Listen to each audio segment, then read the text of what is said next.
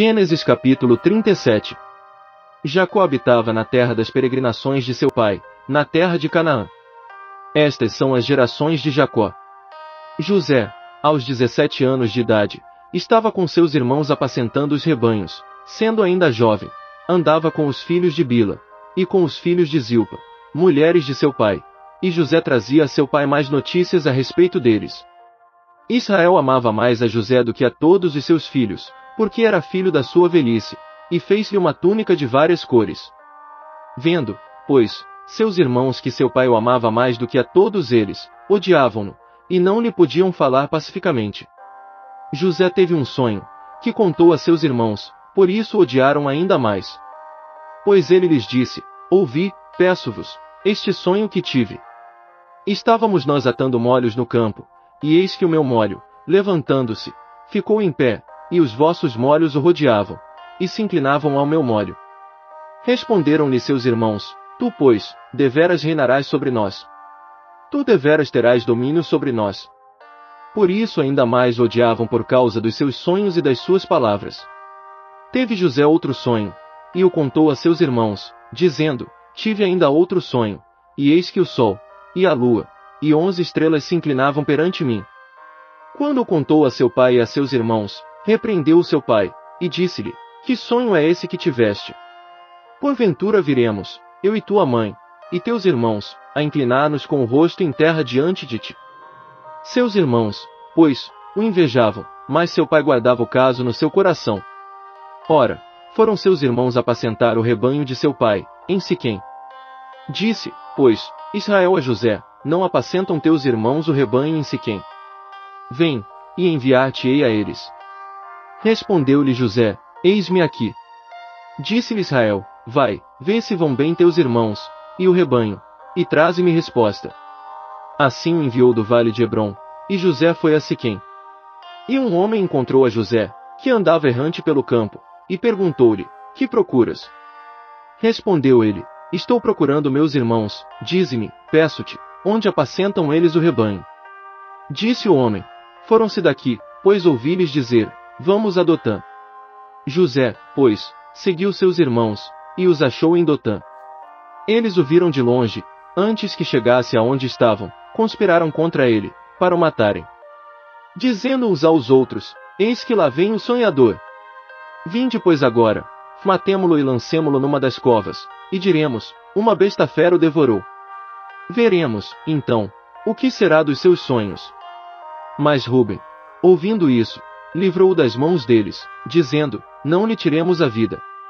Também lhes disse Ruben: não derrameis sangue, lançai-o nesta cova, que está no deserto, e não lanceis mão nele.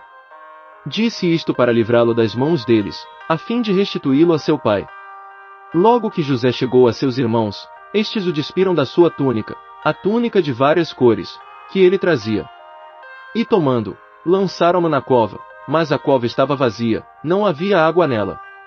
Depois sentaram-se para comer, e levantando os olhos, viram uma caravana de ismaelitas que vinha de Gileade, nos seus camelôs traziam tragacanto, bálsamo e mirra, que iam levar ao Egito. Disse Judá a seus irmãos: de que nos aproveita matar nosso irmão e encobrir o seu sangue? Vinde, vendamo-lo a esses ismaelitas, e não seja nossa mão sobre ele, porque é nosso irmão, nossa carne. E escutaram nos seus irmãos. Ao passarem os negociantes midianitas, tiraram José, alçando-o da cova, e venderam-no por 20 siclos de prata aos ismaelitas, os quais o levaram para o Egito. Ora, Ruben voltou à cova, e eis que José não estava na cova, pelo que rasgou as suas vestes. E, tornando a seus irmãos, disse: o menino não aparece, e eu, aonde irei? Tomaram, então, a túnica de José, mataram um cabrito, e tingiram a túnica no sangue. Enviaram a túnica de várias cores, mandando levá-la a seu pai e dizer-lhe: achamos esta túnica, vê se é a túnica de teu filho, ou não. Ele a reconheceu e exclamou: a túnica de meu filho. Uma besta fera o devorou, certamente José foi despedaçado. Então Jacó rasgou as suas vestes, e pôs saco sobre os seus lombos e lamentou seu filho por muitos dias. E levantaram-se todos os seus filhos e todas as suas filhas, para o consolarem. Ele, porém, recusou ser consolado, e disse: na verdade, com choro hei de descer para meu filho até o Seol. Assim o chorou seu pai. Os midianitas venderam José no Egito a Potifar, oficial de Faraó, capitão da guarda. Gênesis capítulo 38. Nesse tempo Judá desceu de entre seus irmãos e entrou na casa de um adulamita, que se chamava Irá. E viu Judá ali a filha de um cananeu, que se chamava Suá, tomou-a por mulher, e esteve com ela. Ela concebeu e teve um filho, e o pai chamou-lhe Ir. Tornou ela a conceber e teve um filho, a quem ela chamou Onã. Teve ainda mais um filho, e chamou-lhe Selá. Estava Judá em Quizibe, quando ela o teve. Depois Judá tomou para Ir, o seu primogênito, uma mulher, por nome Tamar. Ora, Ir, o primogênito de Judá, era mau aos olhos do Senhor, pelo que o Senhor o matou. Então disse Judá a Onã, toma a mulher de teu irmão, e cumprindo-lhe o dever de cunhado, suscita descendência a teu irmão. Onã, porém, sabia que tal descendência não havia de ser para ele, de modo que, toda vez que se unia à mulher de seu irmão, derramava o sêmen no chão para não dar descendência a seu irmão. E o que ele fazia era mal aos olhos do Senhor, pelo que o matou também a ele. Então disse Judá a Tamar sua nora, conserva-te viúva em casa de teu pai, até que Selá, meu filho, venha a ser homem, porquanto disse ele, para que porventura não morra também este, como seus irmãos. Assim se foi Tamar e morou em casa de seu pai. Com o correr do tempo, morreu a filha de Suá, mulher de Judá. Depois de consolado, Judá subiu a Timnate para ir ter com os tosqueadores das suas ovelhas, ele irá seu amigo, o adulamita. E deram aviso a Tamar, dizendo, eis que o teu sogro sobe a Timnate para tosquear as suas ovelhas. Então ela se despiu dos vestidos da sua viuvez e se cobriu com o véu, e assim envolvida, assentou-se à porta de Enaim que está no caminho de Timnate, porque via que Selá já era homem, e ela lhe não fora dada por mulher.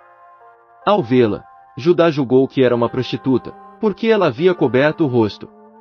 E dirigiu-se para ela no caminho, e disse, vem, deixa-me estar contigo, porquanto não sabia que era sua nora.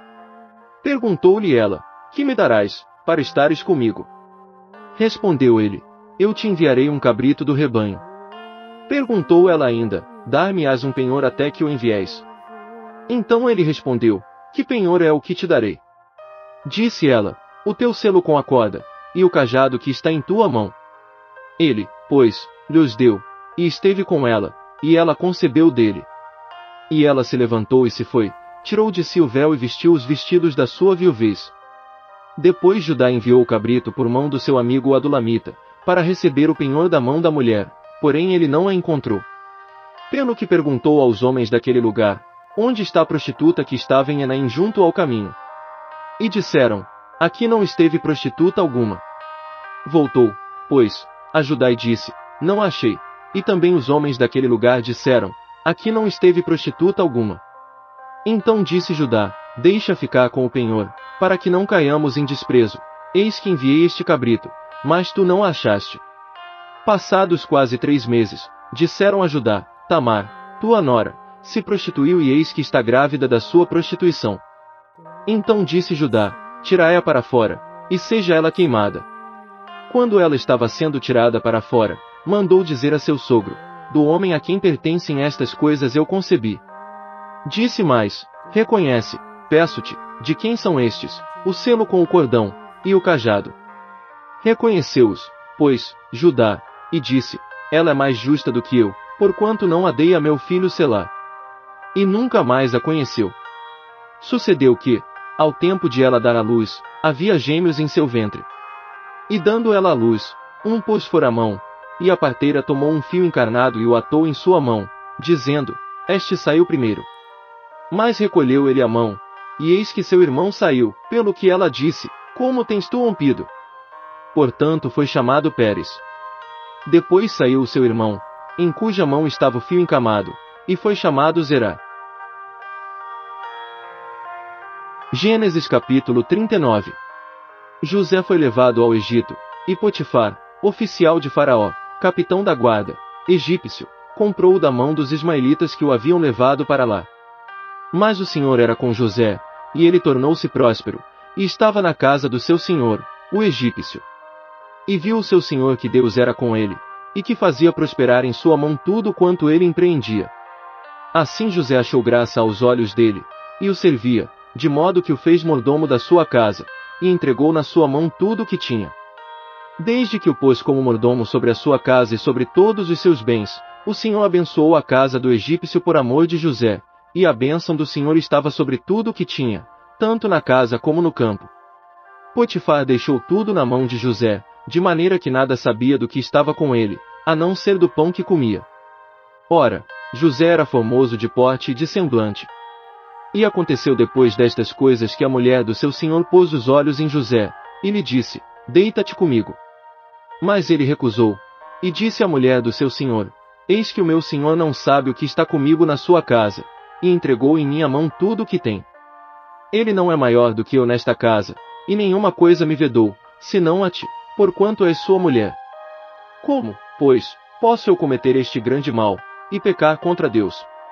Entretanto, ela estava com José dia após dia, ele, porém, não lhe dava ouvidos, para se deitar com ela, ou estar com ela. Mas sucedeu, certo dia, que entrou na casa para fazer o seu serviço, e nenhum dos homens da casa estava lá dentro. Então ela, pegando-o pela capa, lhe disse: Deita-te comigo. Mas ele, deixando a capa na mão dela, fugiu, escapando para fora. Quando ela viu que ele deixara a capa na mão dela e fugira para fora, chamou pelos homens de sua casa, e disse-lhes: Vede, meu marido trouxe-nos um hebreu para nos insultar, veio a mim para se deitar comigo, e eu gritei em alta voz. E ouviu-se para ela no caminho, e disse: Vem, deixa-me. Deixou aqui a sua capa e fugiu, escapando para fora. Ela guardou a capa consigo, até que o senhor dele voltou à casa. Então falou-lhe conforme as mesmas palavras, dizendo: O servo hebreu, que nos trouxeste, veio a mim para me insultar. Mas, levantando eu a voz e gritando, ele deixou comigo a capa e fugiu para fora. Tendo o seu senhor ouvido as palavras de sua mulher, que lhe falava, dizendo: Desta maneira me fez teu servo, a sua ira se acendeu. Então o senhor de José o tomou, e o lançou no cárcere, no lugar em que os presos do rei estavam encarcerados, e ele ficou ali no cárcere. O Senhor, porém, era com José, estendendo sobre ele a sua benignidade e dando-lhe graça aos olhos do carcereiro, o qual entregou na mão de José todos os presos que estavam no cárcere, e era José quem ordenava tudo o que se fazia ali.